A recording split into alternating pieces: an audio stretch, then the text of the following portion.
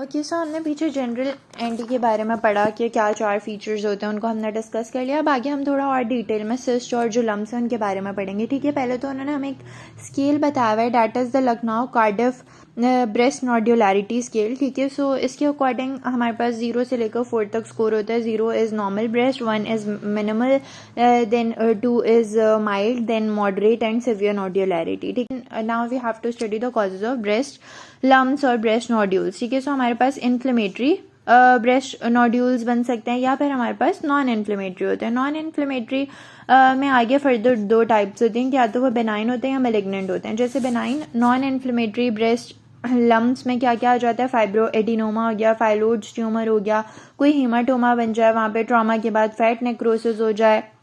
इसके अलावा जो भी ब्रेस्ट में सिस्ट बनती है, ठीक है, हेमाटोमा हो सकता है, and all of these, and very important is duct papilloma. ठीक है, so all of these are comes under the benign non inflammatory breast lumps. ठीक है, देन मेलिग्नेंट में बस 2 ही आ जाता है हमारा ब्रेस्ट सी है, एंड उसके अलावा फाइलोइड्स ट्यूमर की मेलिग्नेंट ट्रांसफॉर्मेशन हो सकती है, सो मेलिग्नेंट फाइलोइड्स ट्यूमर। ठीक है, देन ब्रेस्ट लम्प के इन्फ्लेमेटरी कॉजेज क्या होते हैं। इन्फ्लेमेशन ऑब्वियसली किसी इन्फेक्शन की वजह से होती है, तो बैक्टीरियल इन्फेक्शन होता है तो हमें पता है कि क्या बन जाता है, ब्रेस्ट एब्सेस बन जाता है। इसके अलावा और क्या रीज़न हो सकता है इन्फ्लेमेटरी में, कोई भी हमारे पास पैरासाइटिक इन्फेक्शन है जैसे हाइड्रेटेड या फिलारियसिस, फंगल इन्फेक्शन है जैसे एस्परजिलोसिस, ब्लास्टोमाइकोसिस। इसके अलावा very very important point here is periductal mastitis, that is the duct ectasia. ठीक है, सो ये हमारे पास वो हमसे पूछ सकते हैं right on the causes of breast lump, तो हम ये वाला पूरा समरी बॉक्स बनाएंगे।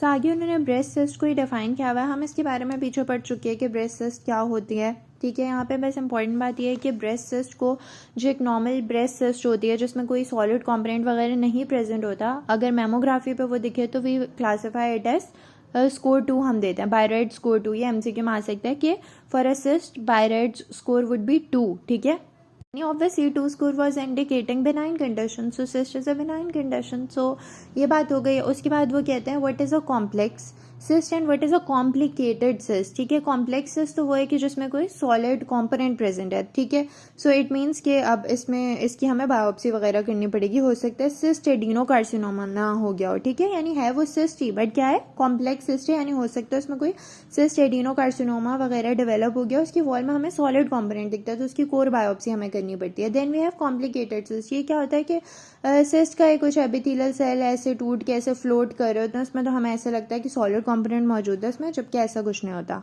Is defined as a cyst containing intracystic floating debris that move within the cyst with change of posture, so it is a complicated cyst. Management हमने पहले ही पढ़ ली थी कि अगर बहुत तंग कर रही होती है पेशेंट को तो हम क्या करते हैं, हम सिंपल उसको एस्पायर कर देते हैं और उस फ्लूइड को हमें साइटोलॉजी के लिए भी भेजने की कोई ज़रूरत नहीं होती है। बट अगर दोबारा रिकरेंस के साथ पेशेंट आ गई है सिस्ट की, या जब हमने उसकी एस्पिरेशन की तो उसमें ब्लड जैसा फ्लूइड निकला तो फिर हम उसकी साइटोलॉजी वगैरह के लिए भेजते हैं, कोर बायोप्सी वगैरह, और फिर उस सिस्ट की एक्सर्जन की ज़रूरत पड़ सकती है। ठीक है, जो कॉम्प्लिकेटेड सिस्ट होती है उसके लिए हम साथ में एंटीबायोटिक्स भी दे देते हैं। ठीक है, ये लिखा हुआ। उसके बाद गैलेक्टोसील आता है। गैलेक्टोसील हमें पता है, ऑब्वियसली नाम से पता चल रहा है कि it is a milk field cyst and it is usually seen during or after lactation। disappears on its own, active breast feeding के थ्रू डिसअपेयर भी हो जाती है, बट अगर नहीं होती तो we could do a single aspiration. ठीक है, एक और इम्पॉर्टेंट बात यहाँ पे क्या है कि इसकी लोकेशन, दैट इज गैलेक्टोसील प्रेजेंट करती है सॉलिटरी सब एरियोलर मिल्क फिल्ड सिस्ट। दोबारा से रिकरेंस के साथ आ जाती है पेशेंट तो फिर अब हम दोबारा बेशक एस्पायर जरूर करते हैं, बट अब हम क्या करते हैं, उस रास्ते में से बीच में से थ्रेड गुजार देते हैं ताकि कोई ब्लॉकेट थी बीच में तो वो क्लियर हो जाए और अब आराम से वहाँ पे दोबारा से सिस्ट ना बने।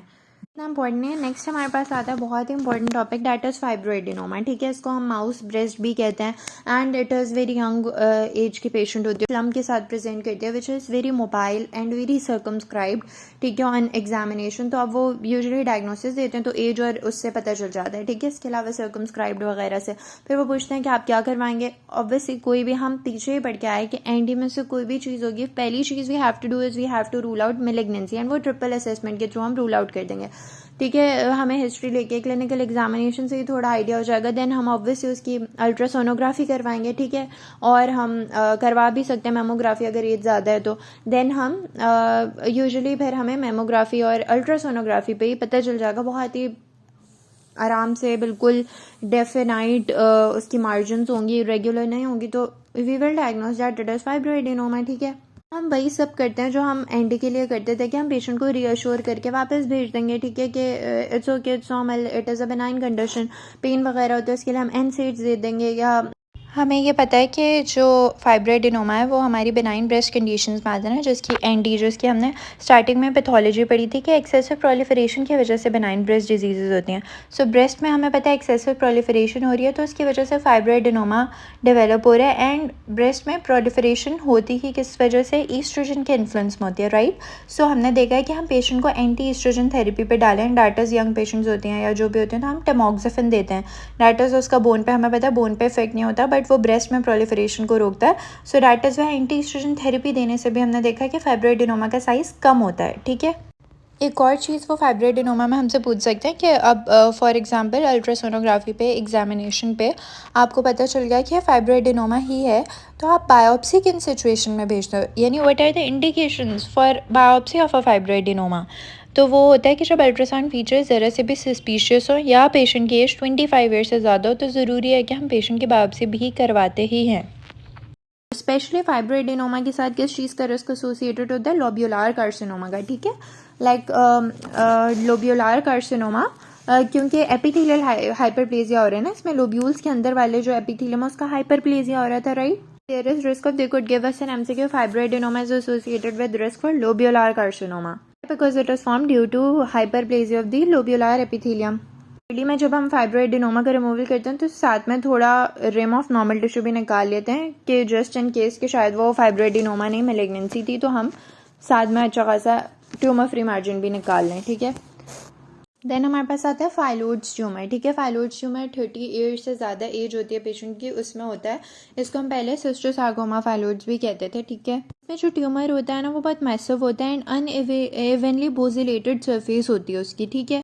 एंड उसकी वजह से जो ओवरलाइंग स्किन होती है ना उसमें प्रेशर नेक्रोसिस हो सकती है। पर खैर फाइलोइड्स ट्यूमर जितना भी बड़ा हो it is always mobile and rarely infiltrates the skin, ठीक है। फाइलोइड ट्यूमर में ना दोनों चीज़ होती हैं, लाइक जैसे फाइब्रोएडेनोमा सिर्फ एपिथेलियल हाइपरप्लेजिया, इसमें epithelial as well as mesenchymal cells का से मिलके बना होता है, ठीक है। फाइलोइड ट्यूमर को हम वो पूछ सकते हैं, इसकी क्लासिफिकेशन लिखते हैं। So it is classified according to the mitosis, ठीक है, according to its cytological behaviour या histological behaviour. So it is benign phyloid tumor when the mitotic rate is less than 4 per 10 high power field, when it is between 4 to 9 10 power 10 high power field, then it is borderline and malignant when the mitotic rate is more than 10 per 10 high power field, ठीक है।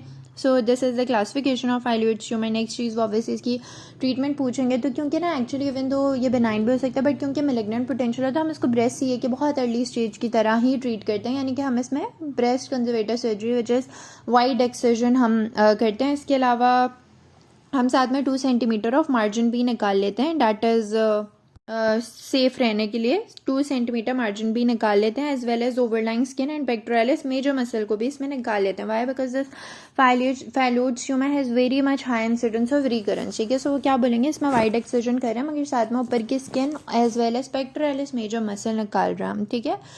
सो इसके अलावा ये कि अगर malignant फाइलोइड्स होता है, यानी वही हिस्टोलॉजी पे वो मैलिग्नेंट दिखा है हमें, मोर देन 10 उसका रेट है, तो फिर हम क्या करते हैं, हमें मेस्टेक्टमी करनी पड़ सकती है। एंड उसके बाद अगर डिपेंड करता है कि हम रेडियोथेरेपी करते हैं और कीमोथेरेपी हम तब करते हैं जब मैलिग्नेंट फाइलोइड्स होता है, ठीक है। पोस्ट ऑपरेटिव रेडियोथेरेपी हम उनमें ऑफर करते हैं जो सेकेंड टाइम या रिकरेंट फाइलोइड्स ट्यूमर वगैरह के साथ प्रेजेंट की हों, और कीमोथेरेपी सिर्फ उनमें करते हैं जिनमें मैलिग्नेंट फाइलोइड्स हो, ठीक है।